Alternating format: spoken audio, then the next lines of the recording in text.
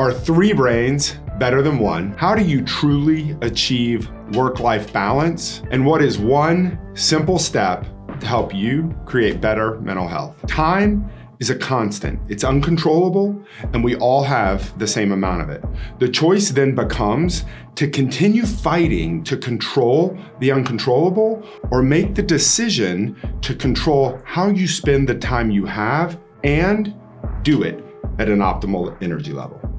Energy begins with fuel, and fueling mental health, fueling mindset optimization starts with the brain. The brain, while located in our head, is connected to our entire body. The vagus nerve connects our brain from our head to our heart and to our gut. This creates, in effect, 3 brains: the head brain, the heart brain, the gut brain. And 3 brains have to be better than 1. So what is the head brain? This is where we observe the world. The inner life of logic, reasoning, and detailed future planning resides here in the frontal lobe, specifically the prefrontal cortex. Think about the part of the male that doesn't start working properly until the 20s, late 20s for some of us. The heart brain is how we reach out to and connect with the world. It's located in the limbic system and is the seat for the inner life of emotions, memories, images, visions, and dreams. The third is the gut brain, which directly engages with the world. Think instinct and intuition. It is also located in the limbic system of our brain, called the amygdala. The gut brain triggers the fight or flight response when a threat is perceived, which then releases hormones like adrenaline and cortisol. Have you ever been driving and come to a stop at an intersection as you prepare to turn into oncoming traffic? You check both ways, of course. Then, as you're pulling out onto the road, you check back the other direction, and boom, there's a car barreling around the corner right at you. Your adrenaline kicks in, your heart rate jumps, your focus increases, you speed up and maneuver your car to safety. Where did you feel the initial response that started the chain reaction which brought you to safety? You felt it in your gut, right? That is your gut brain in action.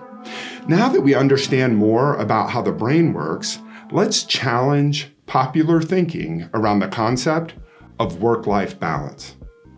I'm going to encourage you to be open-minded about this because it trapped me and may be doing the same to you. Think about it. For most of our existence as a species, we have been primarily concerned with survival.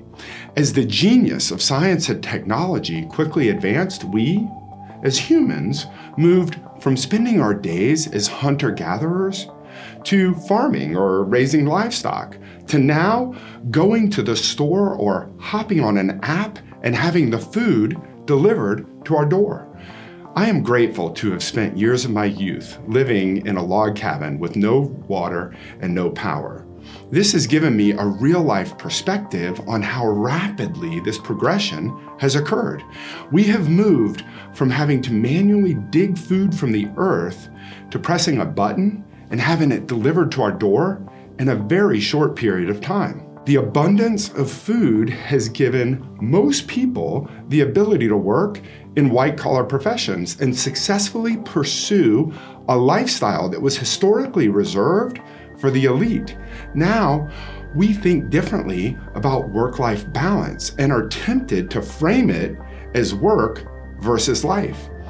We put them in opposition to one another and then try to find the right balance between these two opposing forces.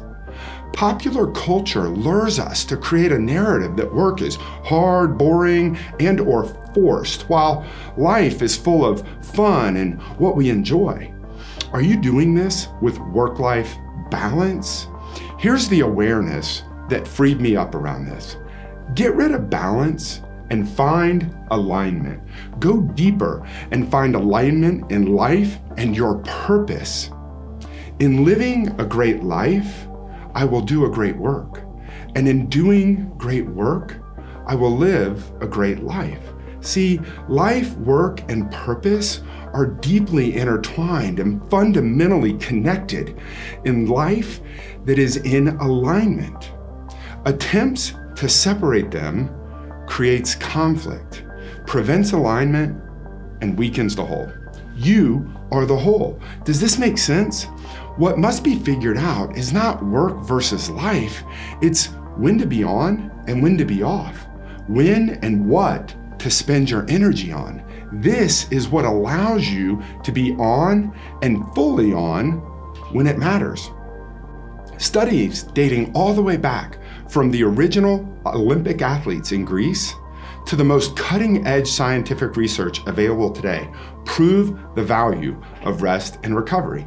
No one can be on all the time. And if you are on even too much, then you will not be at your best. Think about how to make a stronger muscle. It starts by working that muscle hard. This actually creates micro tears. Those tears, when rested, are restored and renewed stronger than before.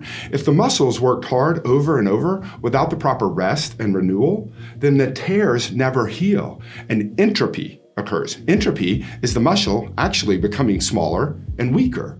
You are not being lazy when you rest and recover. You are preparing yourself to operate optimally. Yes, you must have balance, and that balance is being on and being off. Have you talked to anyone recently, asked how they're doing, and gotten busy, absolutely slammed, crazy, or covered up in response? Huh? How many kids in elementary school, when asked what they dreamed of being when they grew up, said, workaholic? None, right? That's interesting, as the term workaholic is viewed as a badge of honor by some. Half of Americans are self-proclaimed workaholics, with US workers having over 150 million days of unused vacation time, and 75% of vacationers continuing to work out of guilt. Well, how is that playing out on the field? 77% of Americans experience burnout, with over 40% having feelings of extreme anxiety and or depression. 65% of US adults, that's 18 years and up, report taking prescription medication.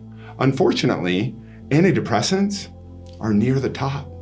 Our future, your future, lies in minds that have energy and are able to think. Let's be honest, not many of us are digging ditches for a living, right? Spend time resting and renewing yourself. Do you remember being a kid and how you felt about recess, Christmas break, or the big kahuna, summertime? Oh, baby. Now, before we get carried away, the work must be done. I love to work, and I love to work hard. My mother, who's my hero, and the hardest working person I've ever met, recently shared something with me related to work. I had the honor of being inducted into the Sports Hall of Fame in my hometown. As I was preparing what to say, my mom and I were talking. She told me that I was not her most talented child athletically. My ego immediately started whipping up a story in my head about 3-sport varsity letter winner, scholarship into college, second-round draft pick, NFL all-rookie. And as I started to say something, she said, "Sweetie, that's okay, because while you weren't the most talented, you worked the hardest." Boom. What I realized in that moment is that every great success in my life has started with doing the reps. You must discipline yourself to do the hard work consistently over time in order to achieve. And you must be off to rest and recover in order to be at your optimum when it's go time. See, we only have so much energy. Elite performers understand this.